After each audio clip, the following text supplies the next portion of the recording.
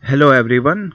Today we will study about drills and practice in brief. Drills and practice. Drill and practice refers to the structured, repetitive review of previously learned concepts to a predetermined level of mastery. It promotes the acquisition of knowledge or skill through repetitive practice. It refers to small tasks such as the memorization of spelling or vocabulary words, or the practicing of arithmetic facts, and may also be found in more sophisticated learning tasks or physical education games and sports. Drill is the repeated hearing and use of a particular item. Drills can provide an important practice phase. Remember, drills can provide an important practice phase to instruction and can be useful for learning information that requires fluency, such as vocabulary, spelling, and foreign languages. Types of drills. A drill comes in various forms: repetition drills, substitution drills, question and answer drills, and transformation drills. Each type of drill can be meaningful or mechanical depending upon how you develop it. Repetition drills. Repetition drill is useful for the beginners. In this type of drill, a word, a phrase, or a sentence is spoken by the teacher, keeping in mind the learner's level. The learners repeat it by imitating. In this type of drill, it is very important for a teacher to present the language material in a model way because the learners are beginners. Showing a real pen or its picture, the teacher will speak pen. Pupil in chorus, this is a pen. In this way, the teacher can make the learners know about the names of various objects and also the correct pronunciation. The teacher's language is repeated with no change. Be sure to teach the meaning of the utterance first. Example: Teacher: It's warm outside. Students: It's warm outside. Teacher: It didn't rain, so I needn't have taken my umbrella. Students: It didn't rain, so I needn't have taken my umbrella. Substitution drills.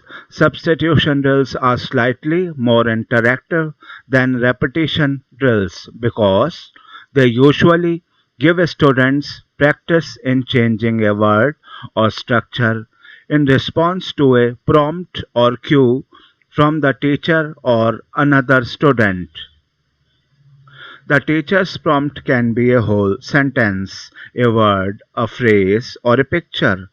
Substitution drill can used to practice different structures or vocabulary items, that is, one word or more word change during the drill. Example: Teacher: I go to school. He. Students: He goes to school. Teacher: They. Students: They go to school. Question and answer drill. The teacher gives the students practice with answering questions. The students should answer the teacher's questions very quickly. It is also possible for the teacher to let the students practice to ask questions as well. Remember, it is also possible for the teacher to let the students practice to ask question as well.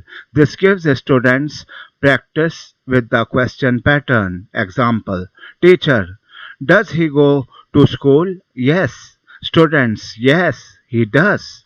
Teacher: No. Students: No, he does not.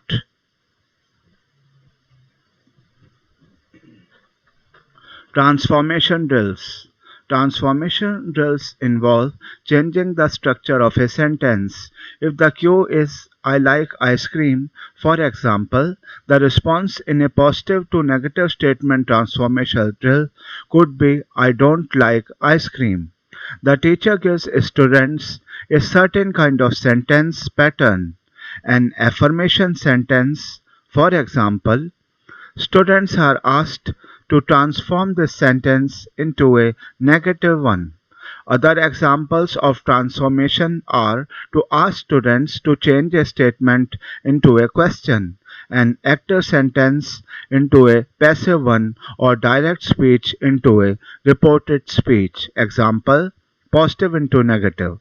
Teacher, Joe has written the report. Students, Joe has not written the report. Teacher, Peter knows English. Students, Peter does not know English. Advantages of drills and practice are: this technique is most helpful in language learning. As a form of repetition, drills enable one to focus sharply on particular points of grammar, vocabulary, pronunciation, and spelling, increase pupils' understanding of previous work, sharpens skill under practice, provides a foundation on which higher level cognitive skills can be built. The method can be fun if the teacher is lively and enthusiastic about it.